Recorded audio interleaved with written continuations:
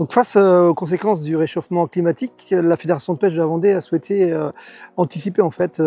toutes les modifications que l'on aura vraisemblablement sur nos cours d'eau, notamment en mettant en place un réseau d'observation des écoulements des têtes de bassin essentiellement sur les différentes rivières du département. Là, on a 130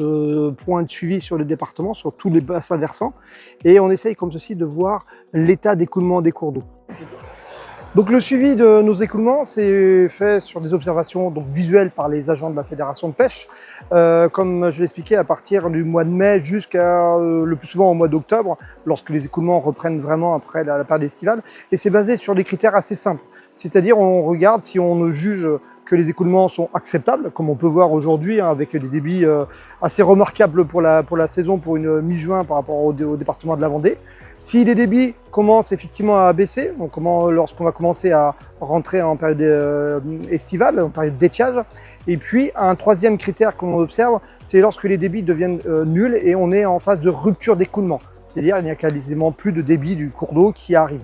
Et enfin, il y a une quatrième classe, lorsqu'on arrive dans des phases un peu plus ultimes par rapport à un cours d'eau, ce sont vraiment les phases d'assec, c'est-à-dire qu'on a plus de 50% par exemple